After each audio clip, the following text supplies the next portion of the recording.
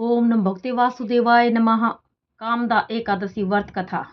चैत्र शुक्ल पक्षी कामदा एकादशी व्रत की कथा।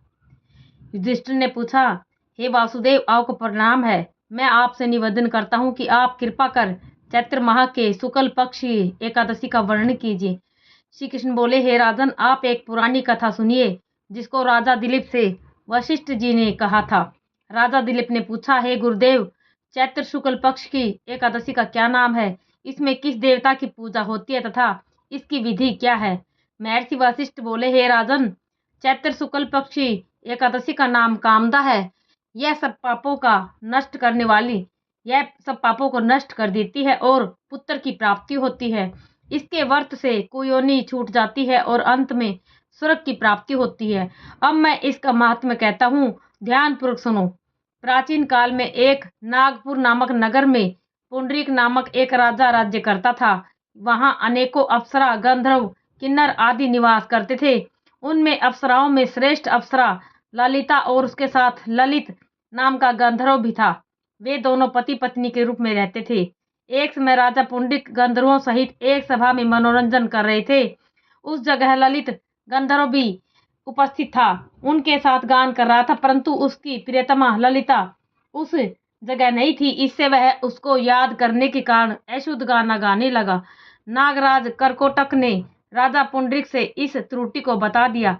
राजा पुंडरीक ने ललित को श्राप दे दिया, दुष्ट, तू मेरे सामने गाता हुआ भी अपनी पत्नी को समन कर रहा है, तू राक्षस हो जा। राजा पुंडरीक के श्राप से वह ललित गंधर्व उसी समय एक विकराल राक्षस हो गया। उसका 8 योजन का शरीर हो गया। राक्षस हो जाने पर उसको महान दुख मिलने लगे और वह अपने कर्म का फल भोगने लगा। जब ललिता को अपने प्रियतम ललित का ऐसा हाल मालूम हुआ तो बहुत ही दुखी हुई। वह सदैव अपने पति के उद्धार के लिए सोचने लगी, मैं कहाँ जाऊं और क्या करूं। एक दिन वह घूमते घूमते विंध्याचल पर्वत पर चली गई।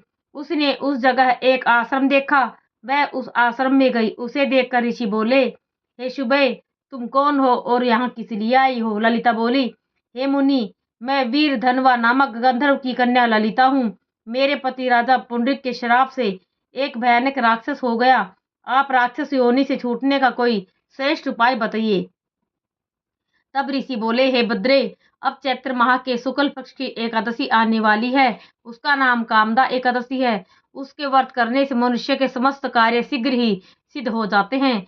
यदि तुम उसके व्रत के पुण्य को अपने पति को देती हो तो वह शीघ्र ही राक्षस योनि से छूट जाएगा। मुनि के वचनों को सुनकर ललिता ने आनंद पूर्वक एकादशी का व्रत किया और द्वादशी के दिन ब्राह्मणों के सामने अपने व्रत का फल कहने लगी, हे प्रभु, मैंने जो व्रत किया उसके पुण्य से मेरे पति राक्षस योनि से शीघ्र ही छूट जाए। एकादशी का फल देते ही उसका पति राक्षस की योनि से छूट गया और अपने गंधर्व रूप में आ गया। कामदा एकादशी के प्रभाव से वह पहले की भांति अब अधिक सुंदर हो गया और पुष्पक विमान पर बैठकर स्वर्गलोक को चले गए। वशिष्ठ जी कहते हैं, हे राजन, इस व्रत को विधि पूर्वक करने से सब पाप नष्ट हो जाते हैं।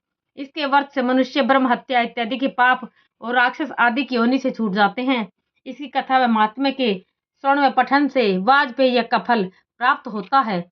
कथा का सार, मनुष्य अपने सुखों का चिंतन करे, यह बुरा नहीं है, किंतु समय असमय ऐसा चिंतन मनुष्य को उसके कर्तव्य से विमुख कर देता है, जिससे उसे घोर कष्ट भोगने पड़ते हैं। गंधर्व ललित ने भी राक्षस होकर घृणित कार्य किए और कष्ट भोगे, किंतु भगवान विष्णु की कृपा का कोई अंत नहीं है।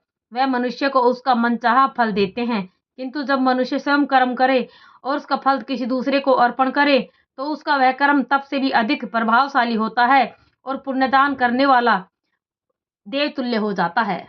ओम नमो भगवते वासुदेवाय।